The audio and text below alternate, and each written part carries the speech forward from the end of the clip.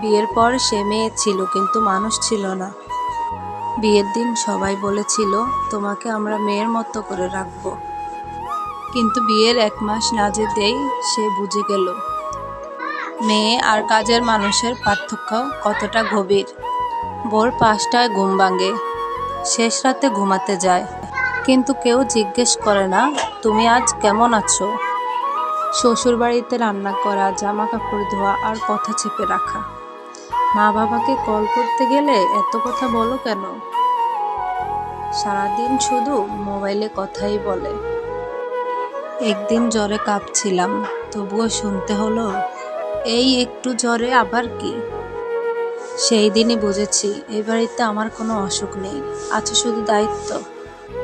রাতে বালিশ ভিজে যায়, তবুও সকালে হাসতে হয়, কারণ শ্বশুরবাড়িতে মেয়েদের কান্না দেখানোর অধিকার নেই। এমন ভিডিও পেতে কমেন্ট এন্ড সাবস্ক্রাইব করো।